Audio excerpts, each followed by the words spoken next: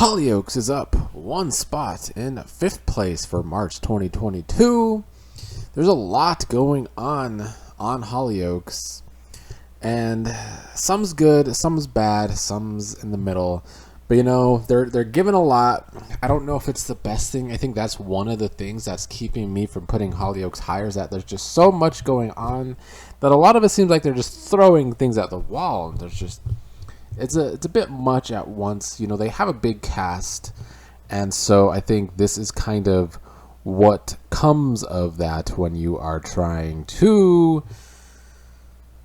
tell stories for all of your characters. It kind of becomes a lot. So we're just going to kind of go story by story. I have let me count, 7 or 8 stories to talk about. That's a lot more than almost any other soap opera, maybe other than EastEnders in these top 11 lists that I do every month. So we're going to start with, John Paul and his drinking problem. You know, that kind of disappeared in the middle of the month, but it was happening a lot at the beginning and the end. And it kind of culminates where John Paul is going on a school trip with the kids. He ends up driving, drinking and driving, crashing. One of the kids could be paralyzed, and now he's getting blackmailed by Olivia, because Olivia overheard John Paul and Prince talking about John Paul's drinking problem. So things continue to get worse and worse for John Paul with his drinking problem. And the character of Olivia also continues to get worse and worse. I find the character of Olivia insufferable, because she's just a bitch for no reason. We don't have enough of her backstory to first off care that much about her. And then they make her so much of a bitch that she's not even a tiny bit likable.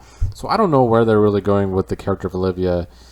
I guess she's a villain in some ways, but she's a one-note bitch villain, and I don't think that's great for that character.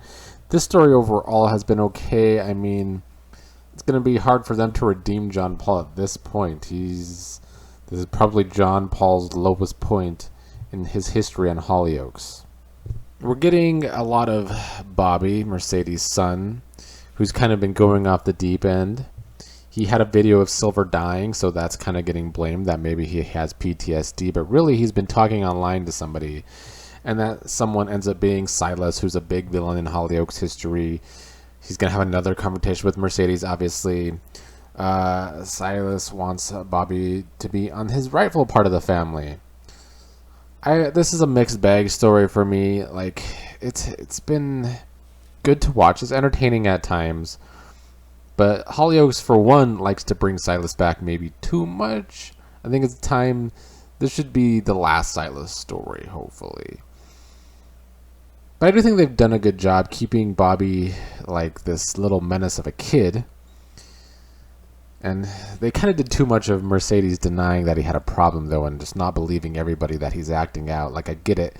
He's her son, but she's also she's his mother, so you think she would recognize these signs sooner. What other stories are there to talk about? There's a lot. Alla had a miscarriage. You know, the young 14-year-old Alla had a baby, was pregnant by Charlie. And Charlie is blaming Alla for losing the baby. We haven't got too much of that story, though.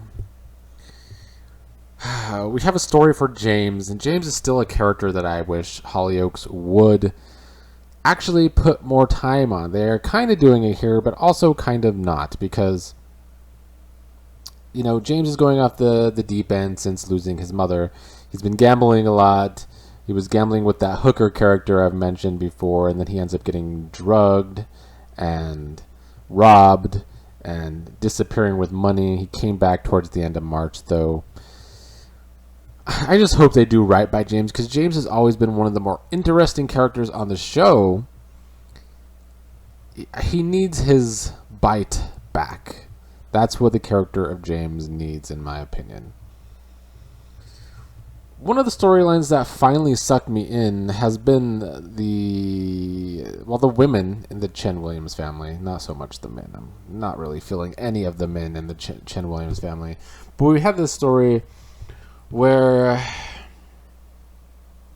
Lizzie's dating Sid, and Serena has a crush on old Sid. At first, Lizzie thinks that Serena just doesn't like Sid, but that, of course, comes out that she just has a crush on him and really likes him.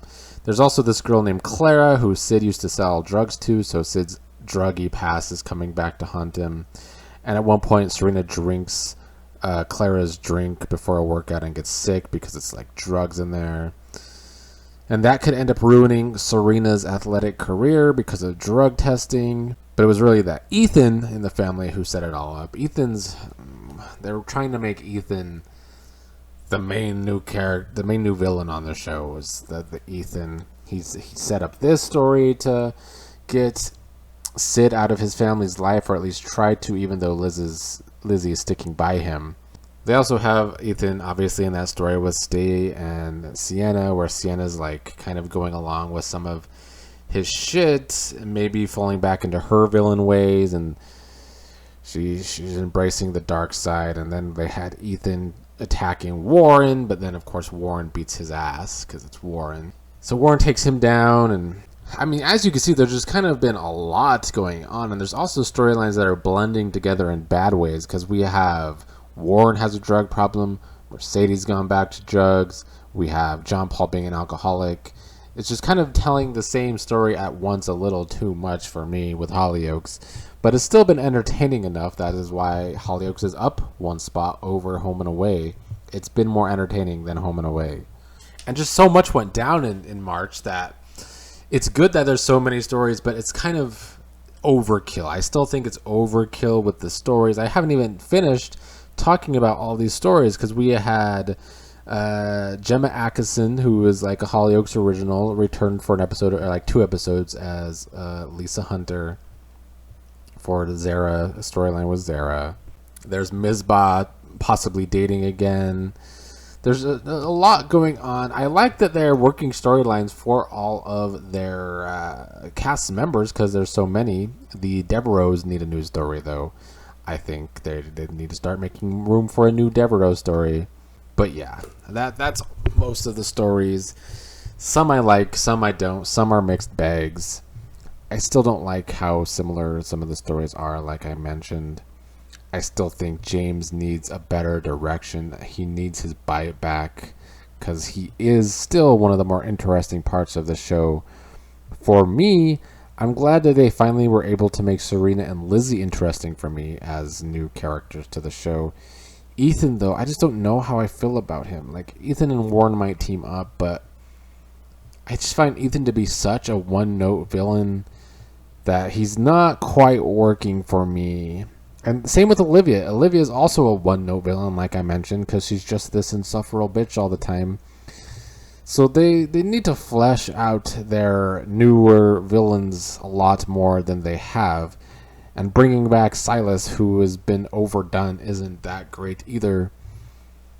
But yeah, I mean, still, if any Americans are watching this video, the British soap opera I always recommend first for American soap opera fans is Hollyoaks, because it has the most in common with American soap operas.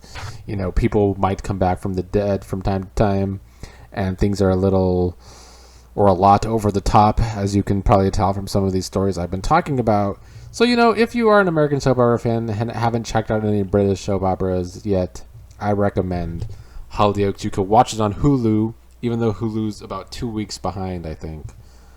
But yeah, I actually forgot a huge storyline to mention towards the end of the month. Luke, there was possible a clinical trial for a drug to help Luke, but then Luke ends up spending all the money they raised. But then the final episode of March, we get a flash forward of 2 months where it seems Luke is dead. So they seem to be killing off Luke, or killed him off. That was the last episode I watched, was the last episode of March. So I didn't see Friday's episode because that's April. But yeah, they killed off a big character. Luke's been on the show since like 1999. And they gave him this pretty rough going away story. But I think overall they did a good job with it. That Luke has been sick for really the past year. So they told this story for a year. His mind deteriorated. But yeah, that about sums up Hollyoaks, good in some ways, bad in others. But, you get a lot from Hollyoaks right now, so you don't know what storyline you're going to get day to day. Sometimes you get all of them in one episode, it seems like, which is why I think it's overkill sometimes. But there's enough there to work through. They just have to pull back a little and not overdo it, what they're doing with having 7, 8, 9 different storylines all in the same week. It becomes a lot. Give me some balance, better balance.